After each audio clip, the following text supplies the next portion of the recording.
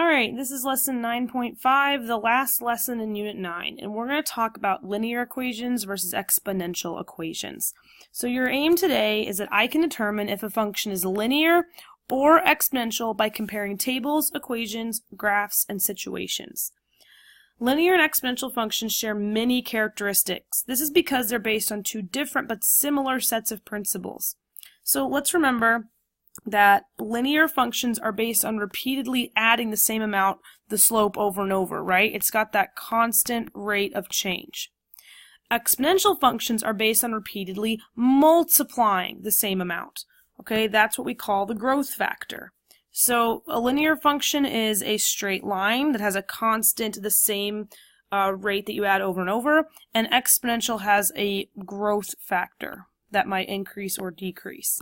And just remember, a linear looks like a line, this way or this way, and an exponential can look like this or like that. Okay? So let's look at how we can determine if something's linear or exponential from a table. So exercise 1, the two tables below represent a linear function and an exponential function. Which is which, and explained how you arrived at your answer. So let's take a look at table number 1. So to figure this out, you have to look at how y is changing in relationship to x. So how is y changing? Okay, to get to 5, I can maybe think I'm going plus 5. So 5 plus 5 is 10. But here I'm going plus 10. Okay, that doesn't make any sense. Now plus 20. So this isn't adding at a constant rate. Okay, so instead, let's try to find a different pattern. How else can I get from 5 to 10? I could multiply by 2. Does that work to get from 10 to 20? Is 10 times 2 20? Yes. Is 20 times 2 40? Yes. Is 40 times 2 80? Yes. So I've found my factor, and I'm not adding, but I'm multiplying, so this must be my exponential. It's exponential. Oh, let me spell that right. Exponential, since it is increasing by a factor of 2 every time.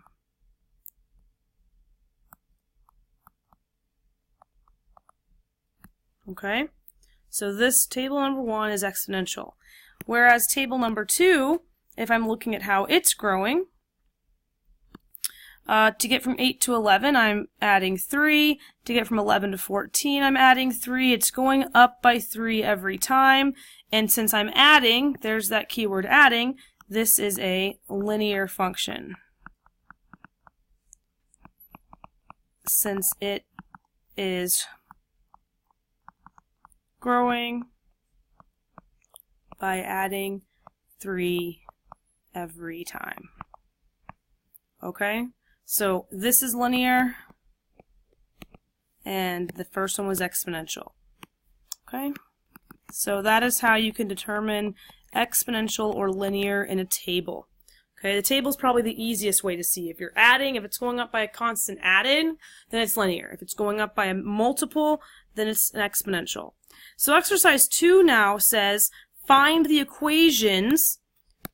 Okay, so find the equations in standard form for each of the functions from exercise 1.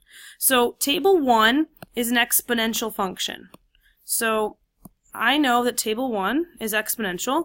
So my form for an exponential is y equals a parentheses b to the x power, where a is my y-intercept and b is my growth factor. Okay, so I know that my y-intercept is my starting point. It's where x is 0, so this is my y-intercept. Okay, that means that a has to equal 5. There's the 5 right there. My growth factor, well, what's it growing by every time? There's my growth factor. It's growing by 2 every time, so my b must equal 2. So my final equation, I'll plug both in. Y equals 5 parentheses 2 to the x power. And there's my equation for table 1. Okay? Table number 2 is a linear, and I'm going to remember my linear function is y equals mx plus b, where m is my slope and b is my y-intercept. So my y-intercept in this table is again always that starting place, or where x equals 0. So it's the same in an exponential. It's always that starting place, or where x equals 0. So b is going to be that 8. And my slope is how much it's going up by, that 3. So there's my slope at positive 3. So my equation is y equals 8x plus 3. Okay. So we have our final equation. All right, so that's the first part, is looking at tables and seeing linear versus exponential in a table.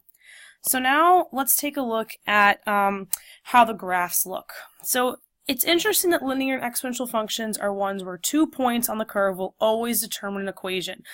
That doesn't always happen where you just have 2 points that can give you an equation. So that's actually a really special case for linear and exponential. You only need 2 points to find the equation. So exercise 3 gives you the 2 points. It says consider the 2 points 0, 12, and 1, 13. So those are our 2 points right here, 0, 12, and 1, 3. Create a linear equation that passes through these points in y equals mx plus b form, and an exponential equation in y equals a to b to the x form that also passes through them. Then on the calculator, graph them. So let's first come up with the equations. So I'll do the...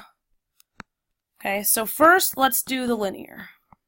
Okay, and linear is y equals mx plus b again. I want to find m and I want to find b. Well, they give you b already, because do you see here how x is 0? The y-intercept, and this is something you should memorize, the y-intercept is always where x equals 0. That's really helpful here. So I don't have to actually do anything. I automatically know that this point is a y-intercept already. So I know that b equals 12, just by the definition of that. Okay? Now I got to find slope. Remember how we find slope? Well, we need to use the slope formula. So that's this y2 minus y1 over x2 minus, x1. So I'm going to subtract my y's, so I'm going to do 12 minus 3 over 0 minus 1. 12 minus 3 is 9, and 0 minus 1 is negative 1 to give me a slope of negative 9. So I know now my slope is negative 9. My equation for my linear is going to be y equals negative 9x plus 12. Okay, so that's my linear. Now we have to get the exponential equation. So let's do that in red. So my exponential, remember my form is y equals a parentheses b to the x power, where we want a, which is my y-intercept, and b is my growth factor. Well, we already know that what's the y-intercept? It's still 12. It's 12 for both linear and exponential. It's going to cross the y-axis at that same point, but we have to figure out our growth factor. So to figure out growth in an exponential function, you have to ask yourself, how am I going from this first point, 0, 12, to the 3? So how do I go from 12 to 3 by multiplying? That's the question. So I can create a function from this. I can say, well, what times 12? 12 times what number is going to give me 3? Right?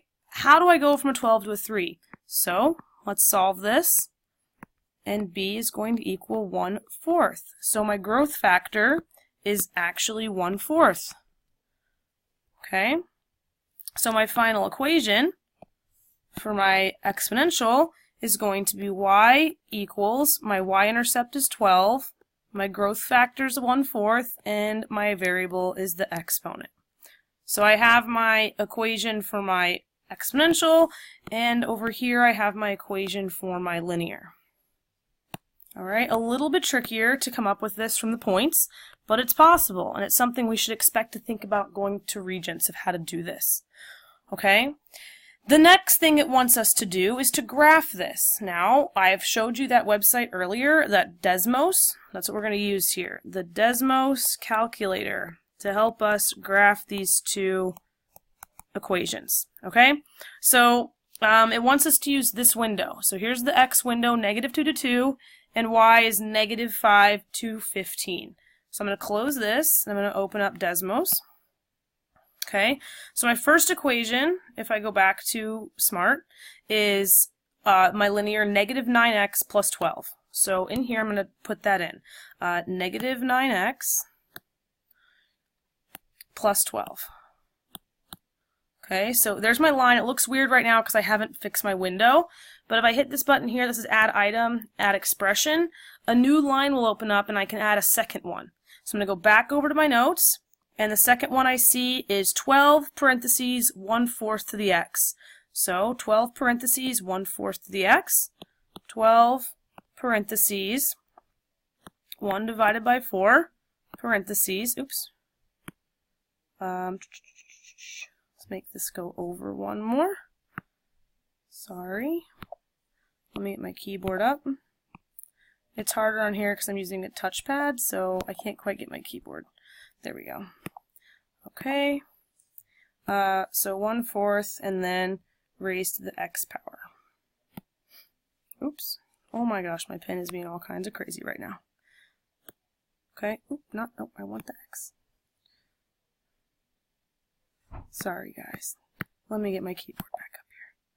Alright, there we go. Okay, there. Backspace. And then remember how we talked about that caret button being the thing, this right here, that little tent?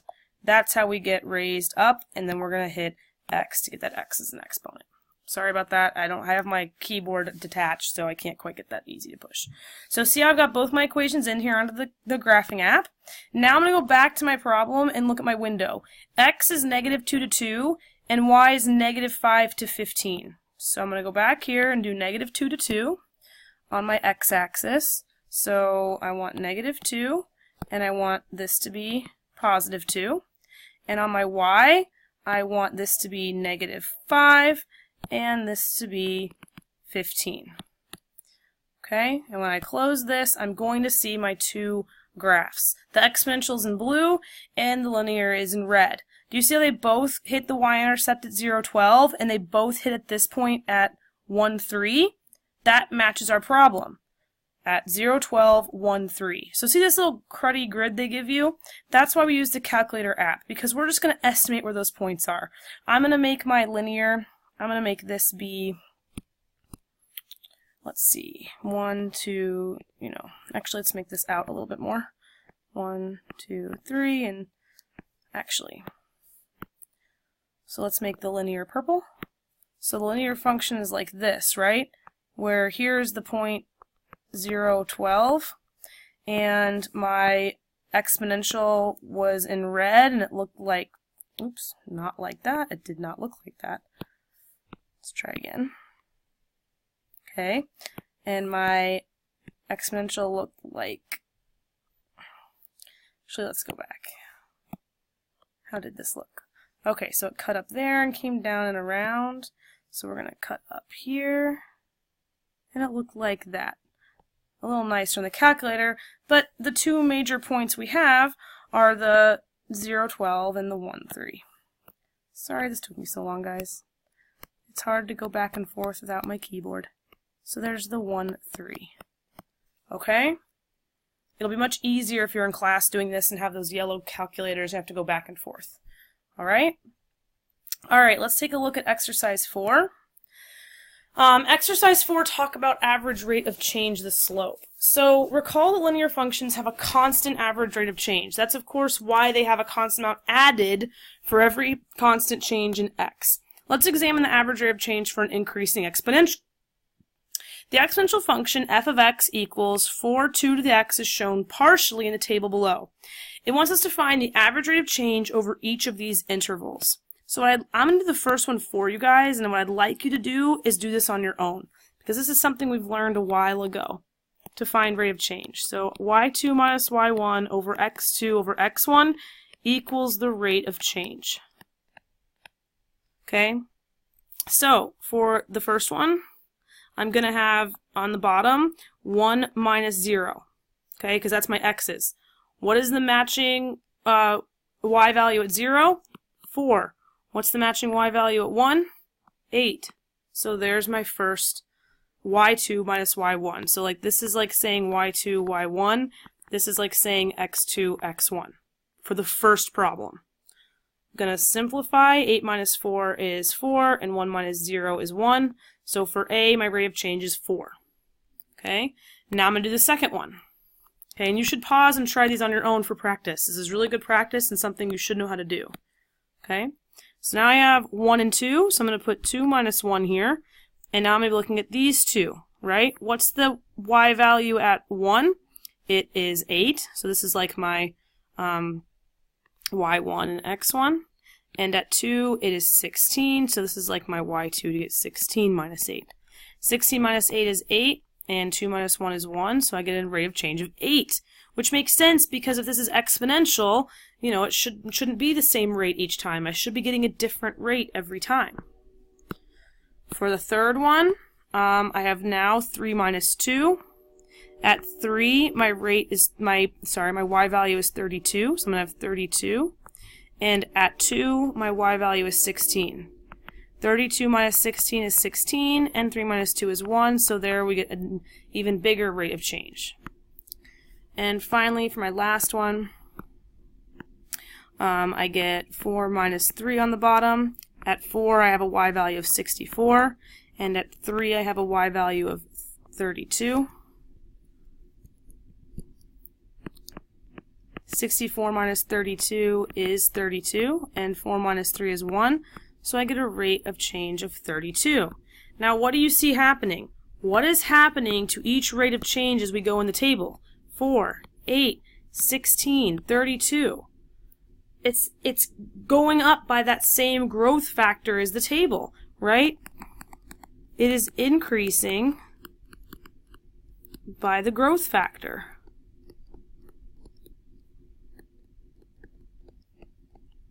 But it's doubling by the growth factor, the factor of 2. So exponentials have a rate that increase constantly, right? A linear, you'd have 4, 4, 4, 4. That'd be a linear. But an exponential, the rate of change increases rapidly. Okay, so that's something to know about exponentials when you see them. And finally, our last example is to take a look at what happens when you have a linear and an exponential on the same graph. So consider the linear function y equals 20x plus 5, and we'll make that one be in red. And exponential function y equals 5 parentheses 2 to the x. Both of these functions have a y-intercept at 5. So start in the same location. So see how this grid already gives us the 5 and the 5 here? So I automatically know that I'm going to have a point at 5 on this one and a 5 on this one for both of these. So using your calculator, sketch these two curves on the indicated window. The window here is really important. What does this only go up to? 30. This one goes up to 150, so we're going to see these two graphs zoomed out really far. Okay, so let's do the first one. Y equals 20x plus 5 and 5 parentheses 2 to the x. So I'm going to go back to my Desmos. Hopefully this won't be as difficult this time. I'm going to x both of these out, and I'm going to start a new one. So I want 20x plus 5. So 20x plus 5. I'm going to hit here and add a new expression. And then I want 5 parentheses 2 to the x. And I use my keyboard for that one. So I'm going to open up my keyboard. So 5 parentheses 2 close parentheses, use my little hat button, and then x. And now I've got both my equations graphed onto here. But this isn't the right window. What window does it want us to have? It wants us to have from here, so y is from 0 to 30. See how I'm starting here at 0 and it goes all the way up to 30. So I'm going to have 0 to 30. So that's my first one for the y. So I'm going to backspace this and hit 0, and backspace this and hit 30. Let's actually make it 35 just in case. 30. You know what? Let's keep it 30 so we can see. And then on my x-axis, what am I going from? 0 to 3. So on the calculator, I'm going to have my x-axis be from 0 to 3. Okay? Alright. Now, oh wait, I hit something interesting. Degrees. Something strange is happening. Hold on a second, guys. Let me figure out what I did wrong. Okay. Alright, so I have this 20x plus 5 and 5x. These are both increasing graphs. And notice here on my grid, okay, so we only want this to go to 3. Do you see how this green line and the purple line don't touch right now? That's what we're supposed to be seeing, because see how it stops right here at 30? So the green line starts at 5 and goes like, in fact, actually let's make it red, because that's what's red on here. Okay, so we'll make it green here. So this will go just straight up, right? Because that's the linear.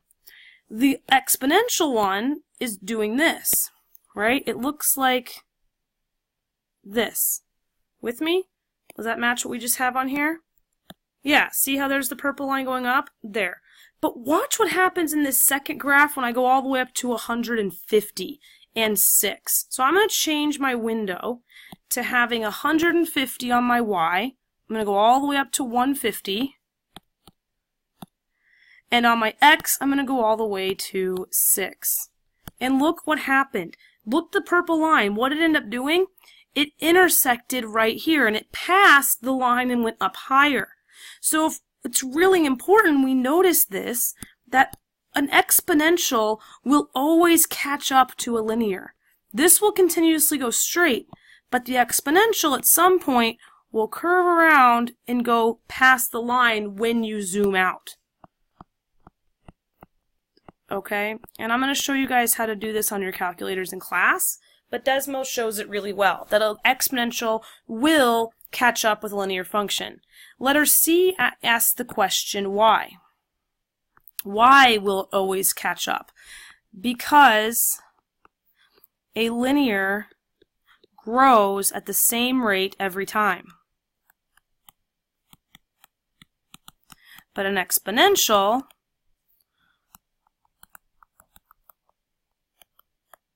grows at a higher and higher rate every time. Or lower and lower, depending. And we saw this in that previous example, right? If I go back in my notes, we saw this here. Do you see how this is going from 4 to 8 to 16 to 32? It's growing. Unlike a linear that would stay 4, 4, 4, 4, an exponential grows. So you can see this really well in these two graphs. Okay? If you have questions, you know where to go. This is the last unit of Unit 9 before you start Unit 10. Good luck on your fluency, and please don't be afraid to ask for help.